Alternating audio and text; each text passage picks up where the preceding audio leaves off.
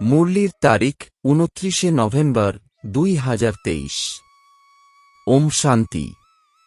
মধুবন থেকে বাপদাদা বলছেন, মিষ্টি বাচ্চারা, নিজের বিচার বুদ্ধিকে এত শুদ্ধ এবং স্বচ্ছ করো যাতে শ্রীমতকে যথার্থভাবে ধারণ করে বাবার নাম উজ্জ্বল করতে পারো। প্রশ্ন: বাচ্চাদের কোন অবস্থা বাবাকে অর্থাৎ প্রত্যক্ষতা করাবে? উত্তর: বাচ্চাদের অবস্থা যখন নিরন্তর হাসি খুশি, অচলোটল, স্থির এবং অলৌকিক নেশায় পরিপূর্ণ থাকবে, তখনই বাবার অর্থাৎ প্রত্যক্ষতা করাতে পারবে। এরকম একরস অবস্থা সম্পন্ন সচেতন বাচ্চারাই সবাইকে যথাযথভাবে বাবার পরিচয় দিতে পারবে। গীত: মরণ তোমার পথেই। ওম শান্তি। বাচ্চারা গীত শুনল। বলা হয়, তোমার দুয়ারে এসেছি জীবিত অবস্থায় মৃত্যু বরণ করতে। কার দুয়ারে এসেছি? এক্ষেত্রেও এটাই বোঝা যায় যে গীতার ভগবান কৃষ্ণ হলে এইরকম কথা বলা হতো না। কৃষ্ণ তো এখানে থাকতে পারেন না, তিনি তো সত্যযুগের প্রিন্স। কৃষ্ণ কোনো গীতা শোনাননি, গীতা শুনিয়েছেন পরমপিতা পরমাত্মা। সবকিছু এই একটা বিষয়ের ওপরেই নির্ভরশীল। ভক্তিমার্গে তোমরা কত কিছু করতে, কিন্তু সেই সব করার কোনো প্রয়োজন ছিল না। এইগুলো তো এক সেকেন্ডের বিষয়। কেবল এই একটা বিষয় প্রমাণ করার জন্যই বাবাকে কত পরিশ্রম করতে হয়, কত নলেজ দিতে হয়। স্বয়ং ভগবান যে প্রাচীন জ্ঞান দিয়েছিলেন, সেটাই হল আসল জ্ঞান। সবকিছুই গীতা সম্বন্ধীয়। পরমপিতা পরমাত্মা এসেই দেবী দেবতা ধর্ম স্থাপন করার জন্য জ্ঞান এবং সহজ রাজযোগের শিক্ষা দিয়েছিলেন। সেটা এখন লুপ্তপ্রায়। মানুষ তো মনে করে যে কৃষ্ণ পুনরায় এসে গীতা শোনাবেন, কিন্তু গোলার চিত্র দেখিয়ে তোমাদেরকে এটা স্পষ্টভাবে প্রমাণ করতে হবে যে এই গীতা জ্ঞান আসলে জ্ঞানের সাগর পরমপিতা পরমাত্মা দিয়েছেন। কৃষ্ণের মাহাত্ম্য আলাদা আর পরমপিতা পরমাত্মার মাহাত্ম্য আলাদা। কৃষ্ণ হলেন সত্যযুগের প্রিন্স, যিনি সহজ রাজযোগ শিখে রাজ্যভাগ্য পেয়েছিলেন। পড়াশোনা করার সময় তার নামরূপ অন্যরকম ছিল, আর যখন সে রাজ্যভাগ্য পেয়েছিল তখন অন্যরকম ছিল। এইসব বিষয় প্রমাণ করে বোঝাতে হবে। কৃষ্ণকে কখনোই পতিতপাবন বলা যাবে না, কেবল বাবাই হলেন পতিতপাবন। এখন শ্রীকৃষ্ণের আত্মা পুনরায় রাজযোগ শিখে ভবিষ্যতের নূতন দুনিয়ার প্রিন্স হচ্ছেন। এটা প্রমাণ করার জন্যই যুক্তির প্রয়োজন। ফরেনারদেরকেও এটা প্রমাণ করে বোঝাতে হয়। গীতাই হল নম্বর 1। গীতাই হল সকল শাস্ত্রের জননী। কিন্তু এই মাতার জন্ম কিভাবে হয়েছে? পিতাই তো মাতাকে অ্যাডপ্ট করে। গীতা জ্ঞান কে শুনিয়েছিলেন? এমন নয় যে যীশুখ্রিস্ট বাইবেলকে অ্যাডপ্ট করেছিল। যীশুখ্রিস্ট যে শিক্ষাগুলো দিয়েছিল সেগুলোকে নিয়েই বাইবেল বানিয়ে অধ্যয়ন করে। তাহলে গীতার জ্ঞান কে দিয়েছিলেন, যেটাকে পরবর্তীকালে বই বানিয়ে পাঠ করা হয়? এর উত্তর কেউই জানে না। অন্যান্য সকল শাস্ত্রের ব্যাপারে জানে, কিন্তু এই সহজ রাজযোগের শিক্ষা কে দিয়েছিলেন সেটাই প্রমাণ করতে হবে। দুনিয়া তো দিনে দিনে আরও তমপ্রধান হচ্ছে। এইসব কথা কেবল স্বচ্ছ বুদ্ধিতেই ধারণ হবে। যে শ্রীমত অনুসারে চলে না, তার ধারণা হবে না। শ্রীমত তো এটাই বলবে যে তুমি একদম বোঝাতে পারো না, নিজেকে কখনো জ্ঞানী মনে করো না। আগে তো এই মুখ্য বিষয়কে প্রমাণ করতে হবে যে গীতার ভগবান হলেন পরমপিতা পরমাত্মা। তিনিই হলেন পতিতপাবন।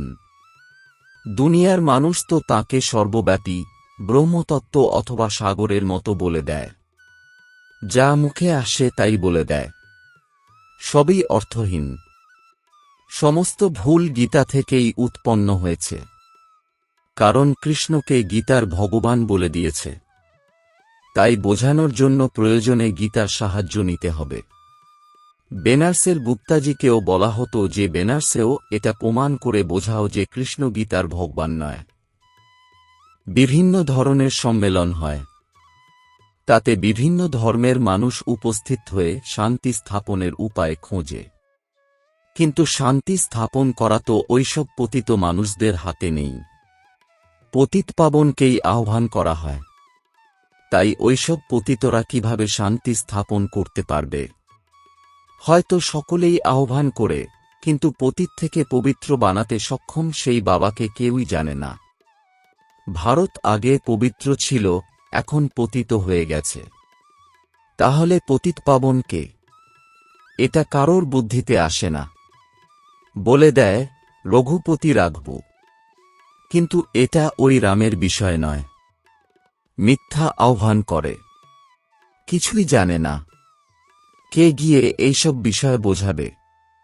খুব ভালো বাচ্চা দরকার। বোঝানোর জন্য খুব ভালো যুক্তির প্রয়োজন। বড় গোলার চিত্র বানানো হয়েছে, যার দ্বারা প্রমাণিত হবে যে স্বয়ং ভগবান এই গীতা রচনা করেছেন। ওরা তো বলে যে সকলেই ভগবান। বাবা বলছেন, তোমরা আসলে অবোধ। আমি এসে পবিত্র রাজ্য স্থাপন করলাম, আর আমার বদলে শ্রীকৃষ্ণের নাম দিয়ে দিয়েছে। পতিতকেই পবিত্র বানিয়ে প্রথম প্রিন্স বানাই। ভগবানুবাচ, আমি কৃষ্ণের আত্মাকে অ্যাডপ্ট করে ব্রহ্মা বানিয়ে তার দ্বারা জ্ঞান দিই। এরপর সে এই জ্ঞানের দ্বারা সত্যযুগের ফার্স্ট প্রিন্স হয়ে যায়। এই সকল বিষয়ের অন্য কারোর বুদ্ধিতে নেই। তোমাদেরকে আগে এই ভুলটিকে প্রমাণ করতে হবে এবং বোঝাতে হবে যে শ্রীমদ্ ভগবত গীতা হল সকল শাস্ত্রের মাতাপিতা। গীতার রচয়িতা কে? যেমন যীশুখ্রিস্ট বাইবেলের জন্ম দিয়েছেন, তাই ওটা হল খ্রিস্টান ধর্মের শাস্ত্র। তাহলে বাইবেলের পিতা কে? যীশুখ্রিস্ট। ওখানে কিন্তু মাতাপিতা বলা হবে না। ওই ক্ষেত্রে তো মাদারের কোনো ভূমিকাই নেই। এখানে এনারা হলেন মাতাপিতা। কৃষ্ণের ধর্মের সাথে খ্রিস্টানরা রেশ করেছে। ওরা যীশুখ্রিস্টকে মানে। গৌতম বুদ্ধ ধর্ম স্থাপন করেছিল, তাই বৌদ্ধদেরও শাস্ত্র রয়েছে। কিন্তু গীতার জ্ঞান কে শুনিয়েছিলেন? সেটা থেকে কোন ধর্ম স্থাপন হয়েছিল? এইসব কথা কেউই জানে না। কখনোই এইরকম বলে না যে পতিত পাবন পরমপিতা পরমাত্মা এই জ্ঞান দিয়েছেন। এখন এমনভাবে গোলা অর্থাৎ সৃষ্টিচক্রের ছবি বানানো হয়েছে, যার দ্বারা বোঝা যাবে যে পরমপিতা পরমাত্মাই হলেন গীতা জ্ঞানদাতা।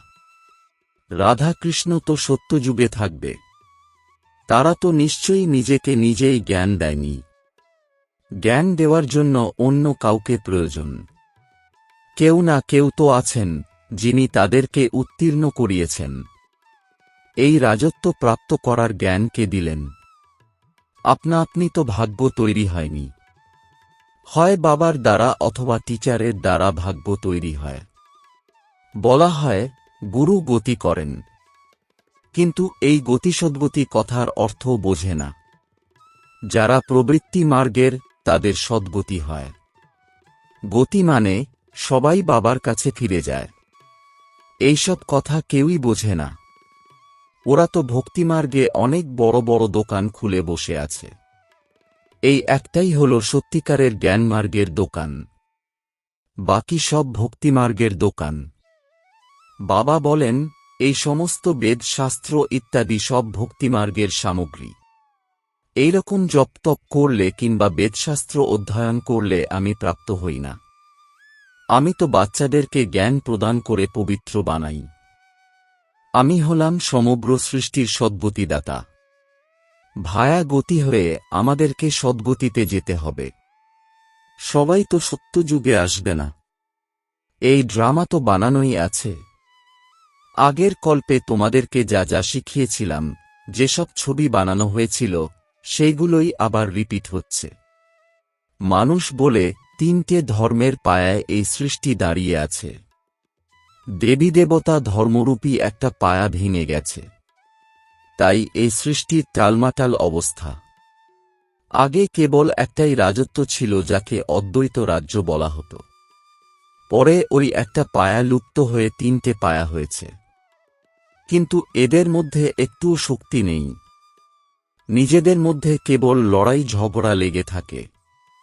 নাথকেই জানে না, তাই অনাথ হয়ে গেছে।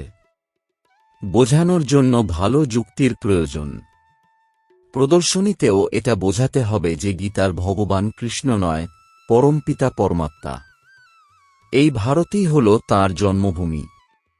কৃষ্ণ তো সাকার শরীরধারী, কিন্তু তিনি হলেন নিরাকার। তাঁর মাহাত্ম্য একেবারে আলাদা। এমনভাবে যুক্তি সহকারে কার্টুন বানাতে হবে যাতে প্রমাণিত হয় যে গীতা জ্ঞানকে দিয়েছেন। অন্ধ মানুষের সামনে বড় আয়না রাখতে হবে। খুব বেশি গভীরে যাওয়ার দরকার নেই। সবথেকে কড়া ভুল হল এটাই। পরমপিতা পরমাত্মার মাহাত্ম্য সবথেকে আলাদা, কিন্তু তার বদলে কৃষ্ণের মহিমা করেছে। লক্ষ্মীনারায়ণের ছবির নিচে রাধাকৃষ্ণের ছবি আছে। এরাই বড় হয়ে লক্ষ্মীনারায়ণ হয়। লক্ষ্মীনারায়ণ সত্যযুগে এবং রামসীতা ত্রেতা যুগে ছিল। শ্রীকৃষ্ণই হল প্রথম সন্তান। তাকেই আবার দাপর যুগে নিয়ে গেছে। ভক্তিমার্গে এইগুলো হওয়ার ছিল।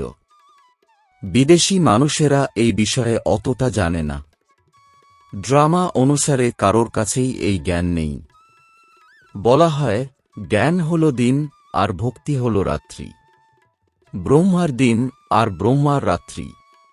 সত্যযুগকে স্থাপন করেন ব্রহ্মাই বা এলেন কোথা থেকে? সূক্ষ্মবতনে ব্রহ্মা কিভাবে এলেন? পরমপিতা পরমাত্মাই এই সূক্ষ্ম সৃষ্টি রচনা করেন। ওখানে ব্রহ্মাকে দেখানো হয়, কিন্তু ওখানে তো ব্রহ্মা প্রজাপিতা নন। তাহলে প্রজাপিতা ব্রহ্মা নিশ্চয়ই অন্য কেউ। তিনি কোথা থেকে এলেন সেটা কেউই বুঝতে পারে না। কৃষ্ণের অন্তিম জন্মে পরমাত্মা ওনাকে নিজের রথ বানিয়েছেন। এই জ্ঞান কারোর বুদ্ধিতেই নেই। এ হল এক মহান ক্লাস। টিচার তো অবশ্যই বুঝতে পারে যে কোন স্টুডেন্ট কেমন। তাহলে কি বাবা বুঝতে পারবেন না? এটা হল অসীম জগতের বাবার ক্লাস। এখানকার ব্যাপার একেবারে আলাদা। শাস্ত্রতে তো প্রলয় ইত্যাদি দেখিয়েছে এবং অনেক সংশয়পূর্ণ কথাবার্তা লিখে দিয়েছে। ওদের অনেক অহংকার রয়েছে। কেমনভাবে বসে রামায়ণ, মহাভারত ইত্যাদি শোনায়। কৃষ্ণ তো গীতা শোনায়নি। সে গীতাজ্ঞান শুনে রাজত্ব পেয়েছিল। টান করে বোঝাতে হবে যে ইনি হলেন গীতার ভগবান। এইগুলো হল এনার গুণ আর এইগুলো হল কৃষ্ণের গুণ। এইসব ভুলগুলোর জন্যই ভারত আজ করিতুল্য হয়ে গেছে। তোমরা মাতারা দুনিয়ার মানুষকে বোঝাতে পারো যে তোমরা এতদিন বলতে যে মাতারা হল নরকের দ্বার, কিন্তু পরমাত্মা তো জ্ঞানের কলস মাতাদের ওপরেই রেখেছেন। তাই মাতারাই হল স্বর্গের দ্বার। তোমরা এতদিন কেবল নিন্দাই করেছ, কিন্তু যে বলবে তাকে খুব হুঁশিয়ার হতে হবে। সমস্ত পয়েন্ট নোট করে বোঝাতে হবে। ভক্তিমার্গ আসলে গৃহীদের জন্য।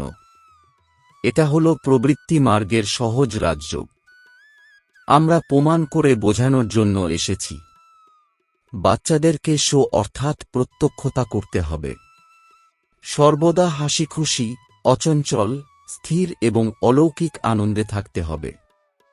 ভবিষ্যতে অবশ্যই মাহাত্ম্য প্রকাশ পাবে। তোমরা সবাই ব্রহ্মাকুমার এবং কুমারী।